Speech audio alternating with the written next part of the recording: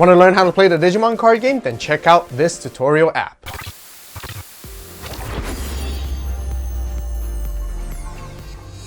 Okay, here we are in the main screen of the Digimon card game tutorial app of the latest version, which is really neat. You can see the newest starter decks that we have currently at this during time, the Wargreymon and the Metal Gurumon, but let's just get right into it and show you guys and walk through how you actually want to play this game. And yeah, go through the entire tutorial from the very beginning. So, you know, if you're new, this is the perfect place to be.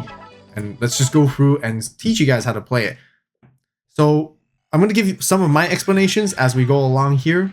This is overall what the sort of interface looks like when it comes to the entire game.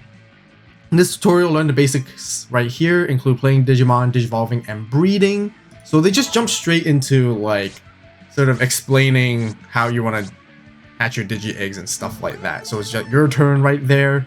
So to give you guys a better breakdown, there's basically many different phases in Digimon. Right here, there's the draw phase, which is when you draw your card. There's a main phase where you do a bunch of stuff, which we'll get into a little bit. And then there's basically just the end phase. It's very, very straightforward, very intuitive, really. But you know, as we're going through here, it's already telling us to sort of hatch an egg, and that's sort of like really important aspect of the game because you need your Digi-Egg deck, which can contain up to 5 cards, but keep in mind you still have to have 4 copies of the same card maximum. So usually people would play like 4 of the same eggs and then 1 extra one that's a little bit different as like the secondary supplementary egg. But otherwise in this particular tutorial, we only play with the 4 of the same one, which is going to be Koromon here specifically. But I know we're jumping straight into the Digi-Egg and the breeding phase already, but as I explain this, I'll go back and talk about like the main HUD right afterwards.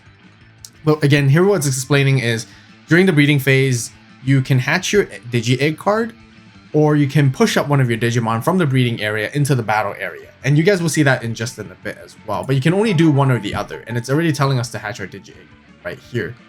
And that's the first thing you always want to do. So by hatching egg, it's a level 2, so then you can Digivolve your Digimon, which is a level 3, and then a level 4 on top of each other, and then a 5 and 6 and so on. And that's the whole main idea of the entire card game. You're trying to continue to build and Digivolve on top of your Digimon on top of each other and sort of create a big stack, and you get a ton of different values and a ton of different effects by doing so. That's the whole main key idea, which is really good and reminiscent to the actual anime where you're sort of Digivolving as you go, and you're just trying to go into your strongest Digimon, and that's really what it all is there all about.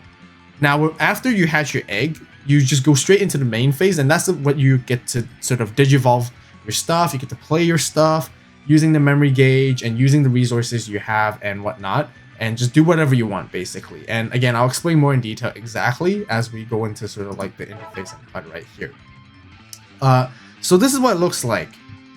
This is what the whole playing field is. There's a lot of things to quickly look at. So here at the bottom right, you guys might not be able to see, but that's your hand starting with like 5 cards. And that's your breeding area. That's where you hatch your Digi-Egg. And then you have your security stack where both of your opponents start at 5 each. And what the security stack consists of is basically 5 random cards from your deck, which you shuffle and you place at the very beginning when you start battling. And that's basically your life. And that's basically sort of also the win condition. Your goal is to basically attack your opponent's security stack 5 times so that they have 0 left, and then you attack for game. Which I believe the tutorial gets into it later and sort of explains how we win, but that's majorly I like to start off with how you win the game. Now, when it comes to cards that you can play, obviously every card you have in your hand, that's what the cards that you guys can have. You guys can see right here as I'm dragging it out here. And the middle is basically the memory gauge. That's the most important thing because that's the resource management tool and main resource mechanic, which determines on how many cards and how much you can actually play during a turn.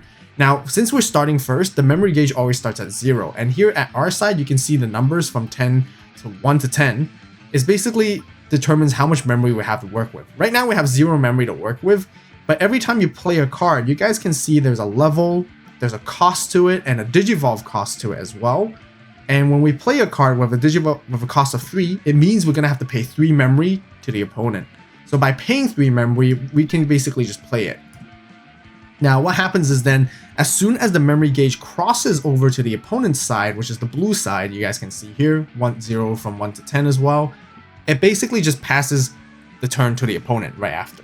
That's sort of how it works. And you guys will get to see and understand a bit more as I'm currently doing this. But mainly the priority, what it's trying to teach us is Digivolving is really important, as we want to Digivolve our Agumon on top of our Koromon here. And by Digivolving, every time we place it on top of the Koromon card, we get to draw a card. And this is one of the most important key basic mechanics that you guys have to keep in mind. Every time you Digivolve, you draw a card. And that helps you cycle and extend your plays and helps you find more cards that you need. And that's sort of the main priority and the most basic concept that I think is very important. Digivolving is key. Keep that in mind. It's gonna go a long way. So it's just explaining how much memory it costs. It says 0, so we don't have to pay any memory, which is great. And one of the nice things now, I think, is that with these cards, you can actually hover on top of it and hold and see sort of all the details of what the card is. And you can see this card exactly here with anatomy. There's the play cost, there's its DP, there's its Digivolution cost, what color it is, what effects it has, the traits, the name, the level, and inheritable if it has any. Basically, this Biomon right here we can see has no effects whatsoever. And it's telling us to hard play it right here instead of Digivolving. Well, we can't Digivolve Agumon into Biomon because they're both level 3. We can Digivolve a level 4, but again, we have to hard play this card. Now, when you're hard playing it, that means we're paying the top left cost of 2 memory. So Digimon play from your hand can't attack the turn. Everything has Summoning Sickness the moment they're played. And that doesn't count for when you're moving a Digimon from breeding to the battle area, which we'll showcase a little bit later on. But again, it explains exactly what the memory system works. You know, you start at however you have, you pay the memory. Once you play the card and pay the memory, you resolve all those effects, and then basically your turn is over because we passed it to 2 to our opponent's side. We started at 0, right? We pay 2 for Biomon. So now our opponent's just going to do their stuff. They're going to Digivolve, and I don't know, they're going to play their stuff as well. They play 2 bodies here with Bearmon and Gomamon, and they pass us the 3 memory because Bearmon and Gomamon cost 2 and 3, basically. Right here, this is the secondary part of sort of like the breeding phase. You know, in the breeding area, you get to choose to either move up your Digimon or you get to hatch an egg. Now, because we have a Digimon in the breeding area, we can't hatch another egg because you can only have 1 Digimon in the breeding area. So therefore, we have to move this Agumon up into the battle area. And this is how you sort of do it. You just move it up and it just comes out. Now, keep in mind, you can only do one or the other during the breeding phase. So you can either choose to move up or you can only choose to hatch. Since we moved up this turn, we can't hatch an egg. So we have to wait for the next turn to do so. That's really what it's trying to explain it. And they can't be returned to the breeding area either. Otherwise, with a card effect, which there's no such card effect at the moment, at the time of making this video. Maybe in the future, we don't know. But here, that's sort of how it works. And the Agumon, though, because it was sort of Digivolved and came from the breeding area, it's not under Summoning Sickness. So any Digimon that comes from breeding area can attack immediately. So now, right now, they're telling us to Digivolve Koromon into Biomon. Sure. Why? Let's quickly take a look at this Koromon. It's a 5 play cost, which costs 5 memory, but we can Digivolve for 2 costs only instead, on top of a level 3. You guys can see the huge drastic difference in terms of resources you have to pay, which is why Digivolving is key. Very important. So let's look at his effect. His effect is Blocker, which we'll get into more later on, and then when attacking you lose 2 memory, so not the greatest card there for when you're going for any attacking offensive strategies, but let's just Digivolve here and show you guys. So by paying that, we pay 2 memory. Of course, don't forget to draw, Digivolution bonus, you draw a card. Always remember to do that. And by doing that, that's basically how you Digivolve. Okay, so we cleared that first part, which is really good. Let's go into the second part? Yeah, let's go into the second part. Okay, so here, Agumon, let's begin this tutorial and see what they teach us. So that's the basics of Digivolving. Again, key, Digivolving draws cards. So we're resuming back to where we left off here, which is nice. So tutorial 2 is victory conditions. I noticed that they set their security stack to 3 instead, so then I guess we can finish the game faster instead of having to go for 5 security just to speed it up. But really, it's showing you how, in this tutorial, we're just going to learn how to attack and how to take down our opponents and basically how to win, because that's the most important thing, right? Learning all those other things is great, but we need to know how to win. So how you attack is in the actual card, you suspend the card. And what suspend actually means is that you just basically turn it sideways. And that basically means you're declaring an attack or using a certain effect or whatnot. But usually it means you're going for an attack. And then you tell your opponent whether you're attacking their Digimon or you're attacking their security.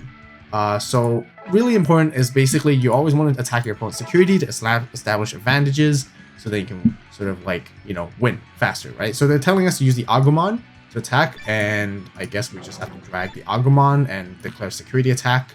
Now keep in mind we can't attack their Digimon, which I'll explain and talk about later on, but when you attack into security, those security card stacks are actual cards in the game. So because they're cards that you set in the beginning, which I mentioned earlier, two things usually happen.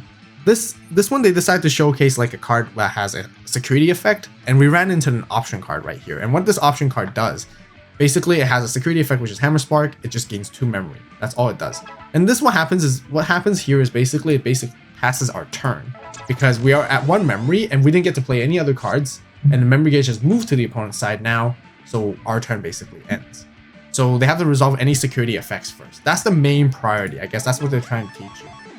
Number one thing is to resolve security effects, if there are any.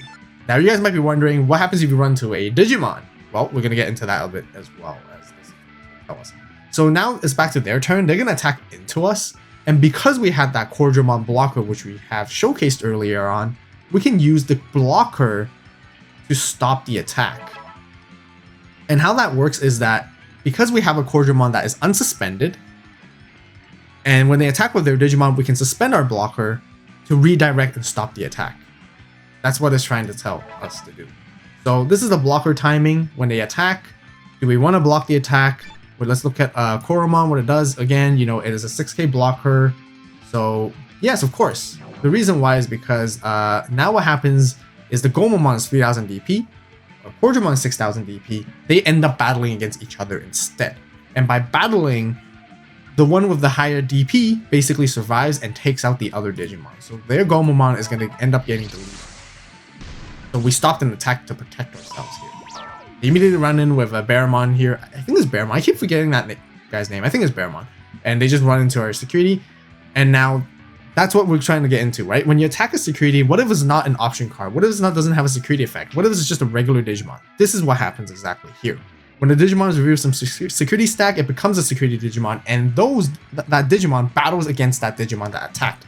So that Baramon is going to battle against our Biomon, and the one with the highest DP is going to survive and win that battle. Now, regardless what happens, because it's our security stack from the Biomon, that Biomon is going to be trashed after the battle regardless. So we don't get to add the card to our hand, we don't get to do anything unless the card specifies. So that's how security battles work. They battle right here, and you guys can see Biomon's gonna get trashed right afterwards. So we lost a security, we basically lost a life. They're moving forward to sort of win against us. You hard play a Zudamon for 7 cost, giving us a lot of memory to work with here. Now it's back to our turn, so as usual, since we don't have Digimon in the breeding area, let's go ahead and hatch an egg. So we can hope to Digivolve and cycle for more cards. Digivolve Koromon to Biomon, because here you guys can see the Digivolve cost on top of level 2 is 0.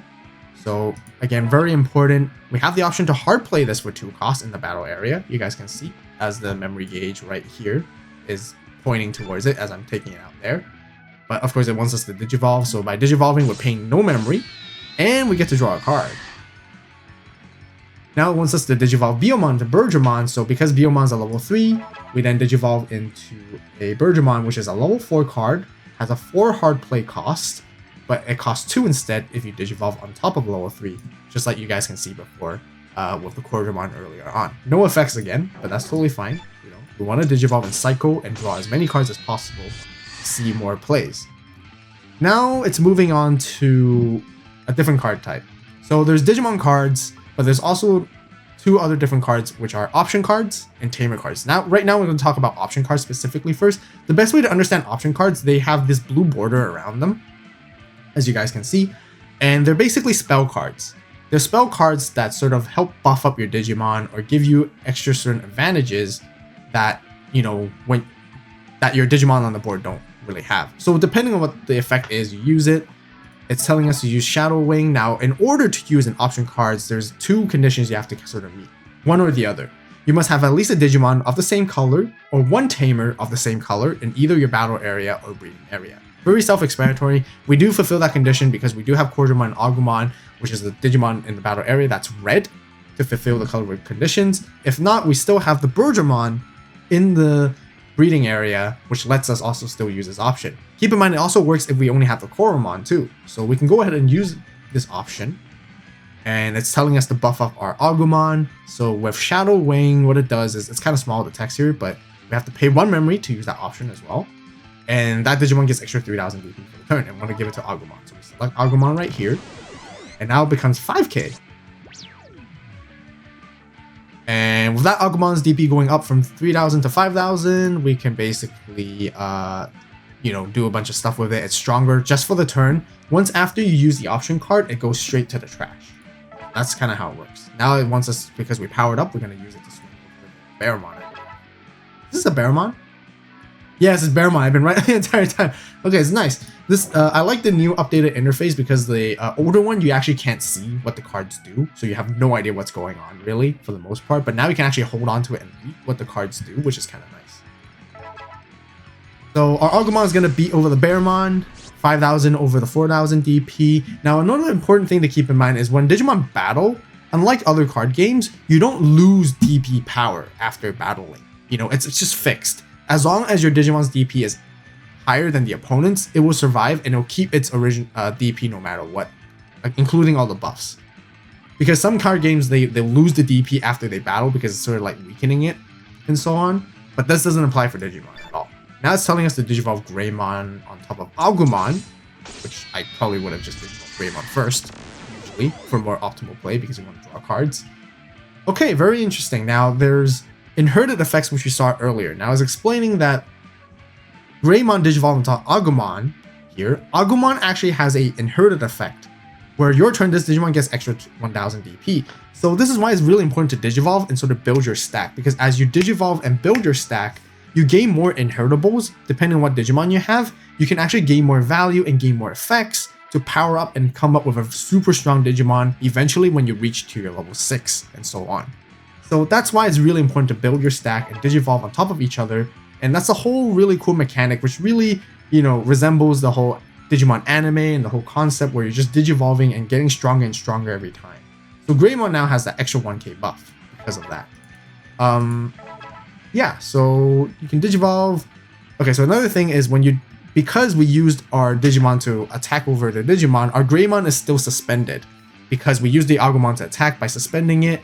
So when you Digivolve, you stay suspended. It doesn't unsuspend. That's what it's trying to explain to us here. Here they jumped into talking about Tamer cards, which we play some option cards earlier on. Tamer cards are kind of also like spell cards, but they're more like continuous spell cards. They're cards that actually go into the battle area and they support your Digimon and they give it permanent buffs, or give your deck a permanent buff or give your strategy a permanent buff, depending on what they do. And yeah, and some of them can even stack with their effects, which is really neat. So the Tai Kamiya here costs 2 memory.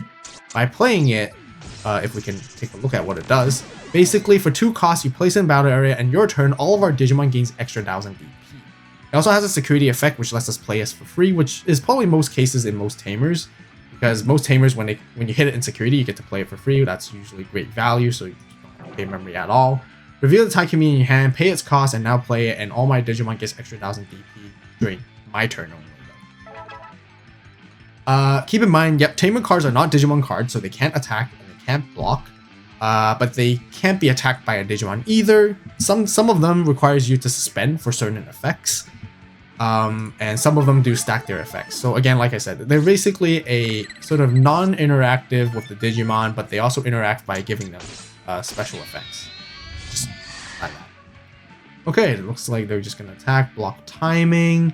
They're asking us if we want to block the attack. They're attacking with the Zudomon right here. 7k.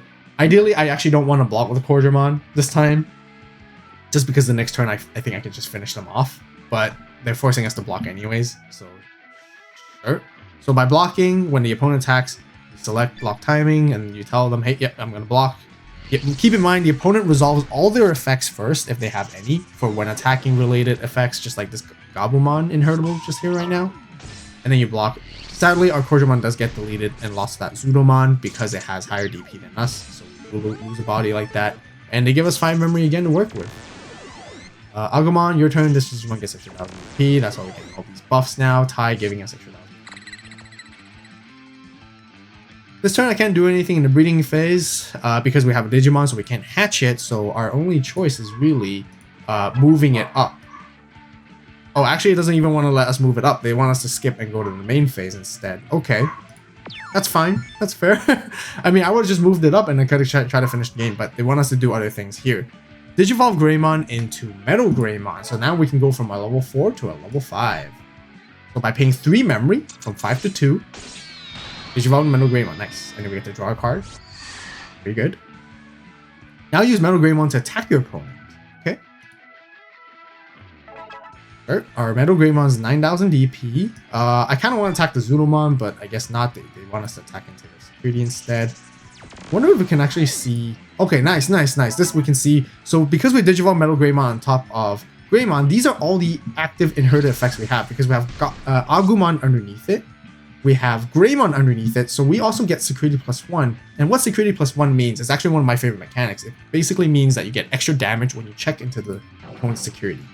I think it kind of passed that part of the animation, but you guys can see what happened there is... Oh, they actually blocked it with Grizzlymon. So if we attacked into their security there, they would have lost 2 securities in one go, and that would have been really, really good value for us. And because they blocked, they want us to pass.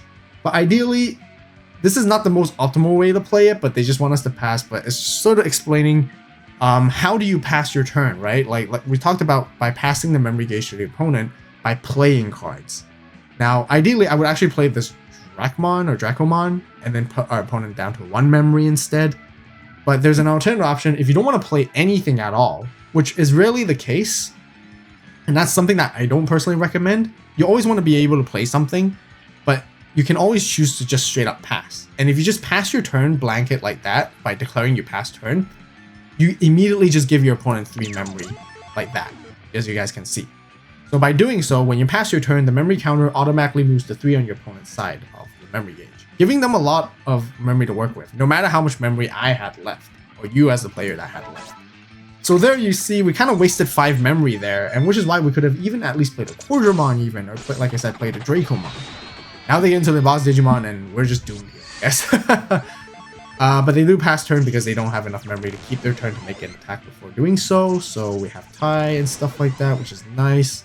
I believe we should be able to win here now, which is showcase. We finally get to move the Birdramon in the breeding area to the... Yeah, from the breeding area to battle area, which we could have done so the last turn, honestly. We didn't have to go through that complication.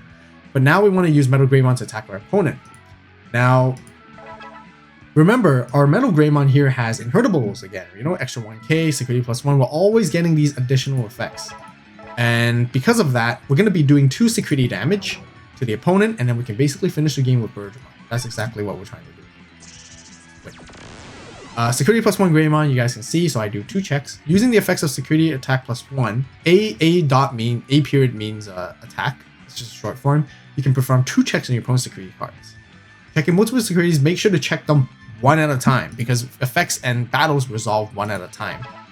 So here we ran into Ikakumon, 5k, we definitely beat over it. Again, we don't lose DP. Now we went to Plesiomon, unfortunately this time it's 12k DP, so our Digimon does get deleted by the battle because their Digimon, security Digimon, was stronger than ours. It's kind of unfortunate we'll lose our stack right there, but that's totally okay, because we can just simply use Birdramon to finish the game by, using Birdramon to attack the opponent because they have 0 security left anyways. So very, very simple. That's exactly how you win the game. Attack, yep, attack.